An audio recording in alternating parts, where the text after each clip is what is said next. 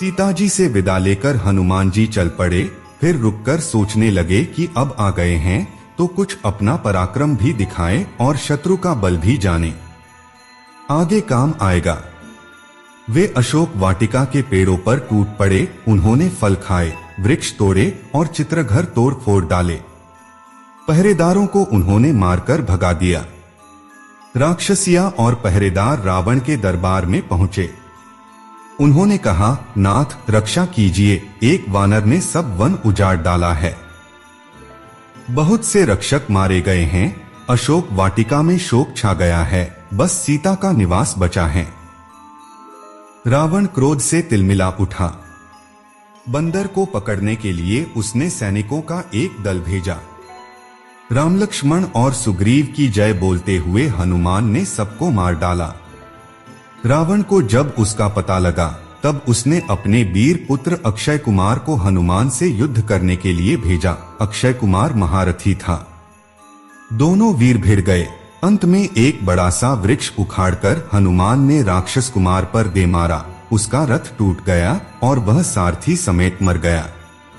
चित्रवध का समाचार पाकर रावण के क्रोध का ठिकाना न रहा। उसने अपने सबसे बड़े बेटे मेघनाथ को बुलाया। वह बड़ा वीर था। उसने इंद्र को भी जीत लिया था, इसलिए उसका एक नाम इंद्रजीत भी हो गया था। रावण ने मेघनाथ की प्रशंसा की और हनुमान पर विजय पाने के लिए परामर्श भी दिया। अपनों बल वर्णन करके मेघनाथ चल पड़ा। हनुमान ने देखा कि एक बड़ा प्रबल योद्धा आ रहा है। वे आकाश में उड़ गए और पैंतरा बदल कर राक्षस के बाणों से बचने लगे। इंद्रजीत के अनेक अमोघ बाण भी उन्होंने व्यर्थ कर दिए। हनुमान ने भी बड़े बड़े वृक्ष उखाड़कर मेघनाथ पर फेंके, पर उस धनुर्धर ने उन्हें बीच में ही काटकर गिरा दिए। हनुमान किसी तरह मेघनाथ के हाथ नहीं आ रहे थे। तब उसने ब्रह्मास्त्र चलाया। ब्रह्मास्त्र का मान रखने के लिए हनुमान ने उसे सहन किया और चोट खाकर वे गिर पड़े। मेघनाथ की आज्ञा से राक्षसों ने उन्हें बांध लिया। बांधते समय हनुमान ने अपना शरीर बहुत बढ़ा लिया। रस्सियों से खींचते हुए राक्षस उन्हें रावण की सभा में ले चले। रास्ते में वे उन्हें मुक्कों से ठोकते पीटते जाते थे। दरबार में पहुंचकर हनुमान ने देखा कि सोने के सिंहासन पर लंका का स्वामी रावण बैठा है। उसका तेज सूर्य के समान है। हनुमान को वह सब प्रकार से योग्य और शक्तिशाली दिखाई दिया। रावण की आज्ञा से सेनापति प्रहस्त ने हनुमान से पूछा, तुम कौन हो? यहाँ क्यों आए हो? अशोक वाटिका को तुमने क्यों उजाड़ा और राक्षसों को का दुस्साहस तुमने कैसे किया? रावण की ओर मुंह करके वे डॉट बोले, महाराज, मैं किष्किंधा के राजा सुग्रीव का सेवक हूँ और महात्मा राम का दूत हूँ।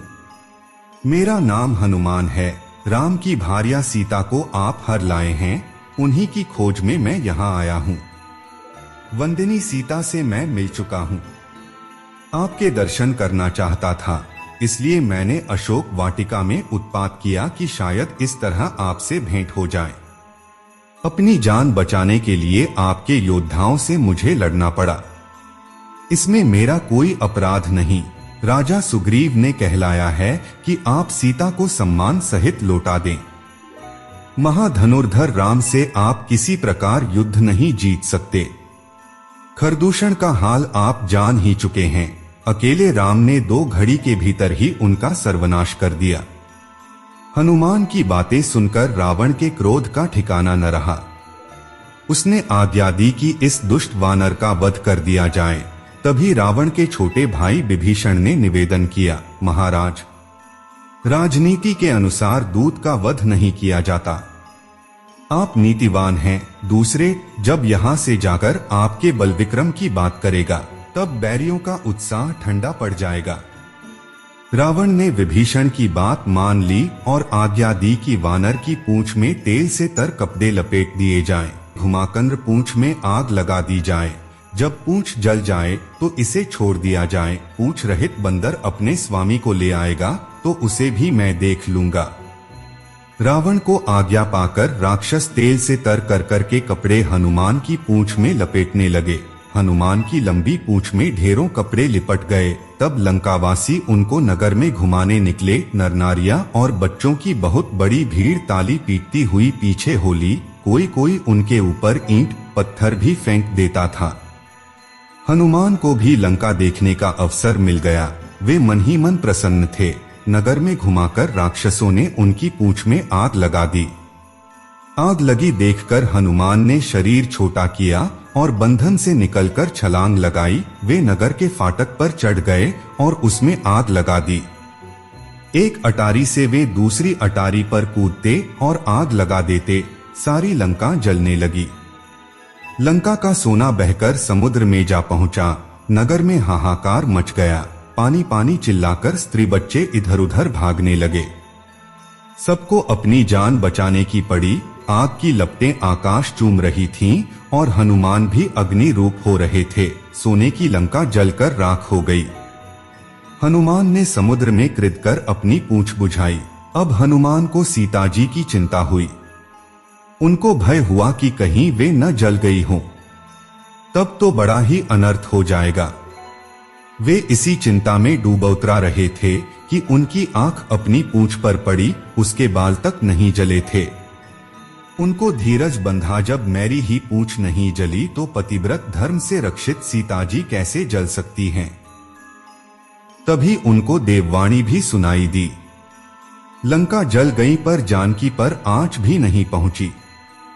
हनुमान जी उसे सुनकर बहुत प्रसन्न हुए। उन्होंने सोचा कि मैं अपनी आंखों से देखता चलूं। यह सोचकर वे फिर जानकी जी के पास पहुंचे और उन्हें प्रणाम किया। सीता जी ने प्रसन्न होकर अनेक आशीर्वाद दिए। वैदेही को अनेक तरह से ढांढस बंधाकर और श्रीराम के बल पराक्रम का भरोसा देकर हनुमान जी लौट चले।